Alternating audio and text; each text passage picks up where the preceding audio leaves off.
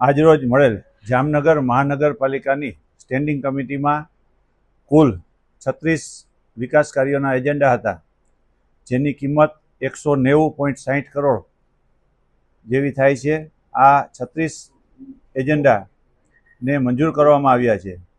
આ 36 વિકાસ કાર્યોની અંદર જામનગર શહેરમાં જે લોકોની તેમજ જામનગરના ધારાસભ્ય, સંસદ સભ્યશ્રી તેમની વારંવાર રજૂઆતના હિસાબે ગુજરાત સરકારે જે 2 બ્રિજ મંજૂર કરેલ હતા, એ 2 બ્રિજ જામનગર શહેરમાં ઠેબા બાયપાસ જંકશન ઉપર 6 લેન બ્રિજ અને સમર્પણ સર્કલ જંકશન ઉપર 4 લેન ફ્લાયઓવર બ્રિજ આજરોજ મળેલ સ્ટેન્ડિંગ કમિટીમાં બંનેને બહાલી સાથે મંજૂર કરવામાં આવેલ છે.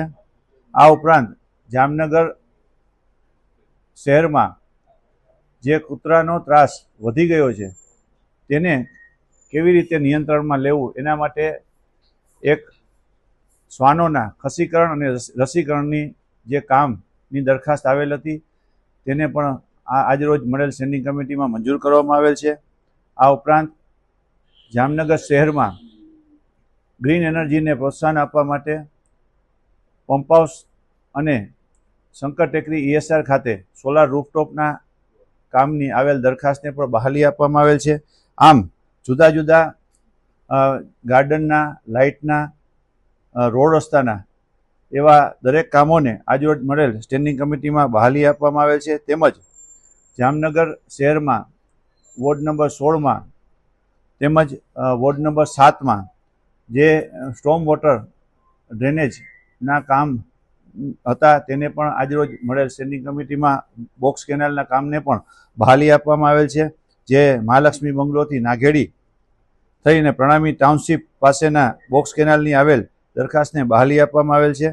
આમ કુલ 36 કામો આજરોજ મળેલ સ્ટેન્ડિંગ કમિટીમાં હતા, તેને બહાલી આપવામાં આવેલ છે. તેમજ એક કામ ચેર ઉપરથી લઈ જામનગર શહેરમાં ડોર ટુ ડોર ગાર્બેજના જે કામ હતું કચરાનું, તેને આજરોજ મળેલ સ્ટેન્ડિંગ કમિટીમાં ચેર ઉપરથી લઈ અને તે રીટેન્ડર કરેલ છે અને વહેલી તકે એવી ટેન્ડર નવેસરથી બહાર પડી જાય અને પાછું જામનગર શહેરમાં લોકોને સુખાકારીમાં કેમ વધારો થાય તેના માટેનું એક સર્વે કરી અને તાત્કાલિક એ કામને બહાલી મળે એવા આજરોજ મળેલ સ્ટેન્ડિંગ કમિટીમાં કહેવામાં આવેલ છે.